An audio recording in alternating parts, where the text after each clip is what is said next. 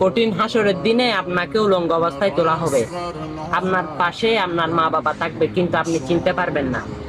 সকল দেখবেন ইয়ানফসি ইয়ানফসি করতেছেন।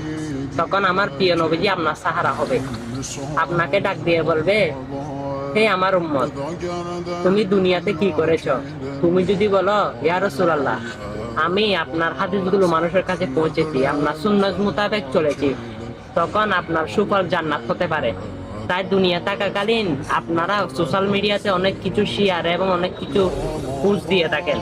ভালো জিনিস পোস্ট দেওয়ার চেষ্টা করুন, ভালো কিছু শেয়ার করার চেষ্টা করুন, আর রসুলের সুন্নাহগুলো মানুষের কাছে পৌঁছে দিন।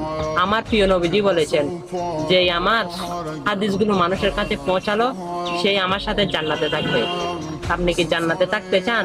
তাহলে হাদিসগুলো বেশি বেশি, ইসলামিক কোর্সগুলো মানুষের কাছে পৌঁছান। আমিন।